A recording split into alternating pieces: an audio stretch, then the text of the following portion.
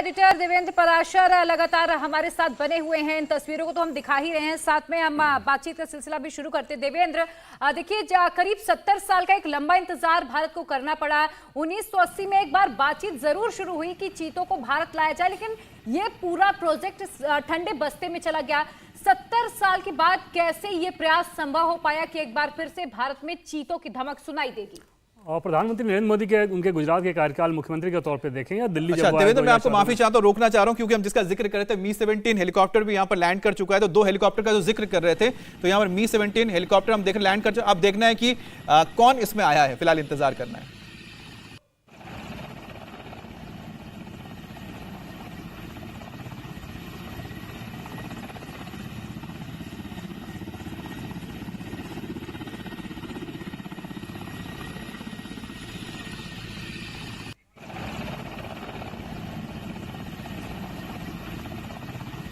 तो आप देख सकते हैं किस तरह पहले चिनूक लैंड कर चुका है और यहां पर 2 मी-17 हेलीकॉप्टर्स लैंड किए हैं। तो हमें थोड़ा इंतजार करना होगा कि आखिरकार इसमें कौन पहुंचा है, तो थोड़ा इंतजार करते हैं। लेकिन आपको बता दें कि जिनका इंतजार था, तो पहला बैच तो आ चुका है। हमने देखा चिनूक हेलीकॉप्टर के जरिए जो चीते थे उसमें आ चुके हैं, उनका पूरा स्टाफ उसमें आ चुका है।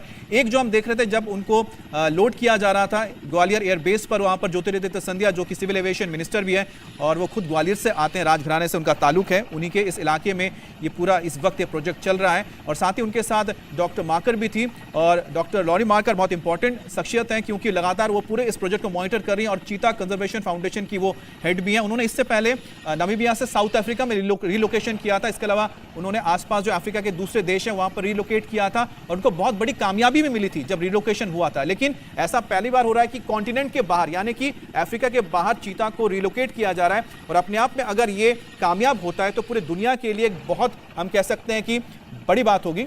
हमारे साथ तमाम मेहमान भी जुड़े हैं, जैसे हम बता रहे हैं कि धर्मदेव राय जो निदेशक हैं दिल्ली चिड़ियाघर से, इसके अलावा लतिका नाथ वाइल्ड लाइफ कंजर्वेशनिस्ट हैं, और मनीष भी हमारे साथ जुड़े हुए हैं। हमारे पॉलिटिकल लीडर देवेंद्र पराशर भी हमारे साथ जुड़े हुए हैं। साथ ही हमारे संवाददाता अनुराग अमिताभ भी कुल्लू नेशनल पार्क में मौजूद है। हम सभी से बातचीत का एक बार सिलसिला फिर से शुरू करते हैं। देवेंद्र, आप अपनी बात इसलिए कर लीजिए क्योंकि प्रिया ने आपसे बहुत अहम सवाल पूछा था, क्योंकि जिसका इंतजार कह सकते हैं कि 70 साल या 7 दशक तक था, वो अब मुमकिन कैसे हो गया?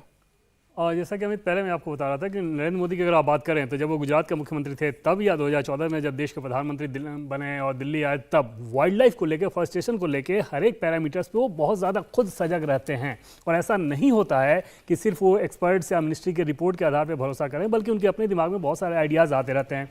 इस बात जब वो दिल्ली आए तो उसके बाद उनका पहला सवाल, जब इन्वायरमेंट मिनिस्ट्री के कुछ लोगों के साथ उनकी बैठक चल रही थी, उसमें उन्होंने ये पूछा कि चीते के कार्यक्रम को, चीता को री इंट्रोडक्शन में ऐसी क्या तकलीफ है, क्या समस्या है। 2009 से मैं ये बात सुन रहा हूँ, अब तक क्यों नहीं हुआ।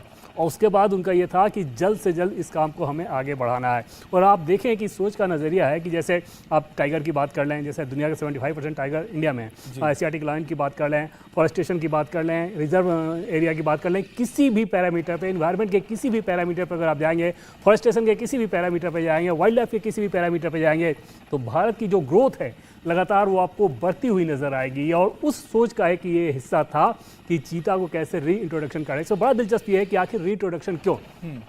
भारत का जो कानून है वो इस प्रकार के स्पीसीज को इंट्रोड्यूस करने से मनाही करता है, उसमें कोई लीगलिटीज़ ना फंस जाए, इसके लिए इस शब्द का इस्तेमाल किया गया, री इंट्रोडक्शन। और अभी जिस जगह पे लेके आया गया, क्योंकि लगातार आप लोग ये बात कर रहे हैं कि क्योंकि नामीबिया से बिल्कुल मिलता जुलता इसलिए लाया गया।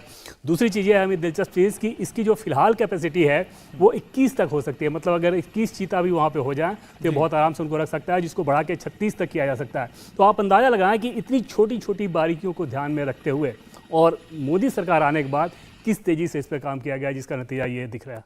इंडिया टीवी हर वक्त हर जगह डाउनलोड करने के लिए सर्च करें India TV news Google play store या ऐप स्टोर पर।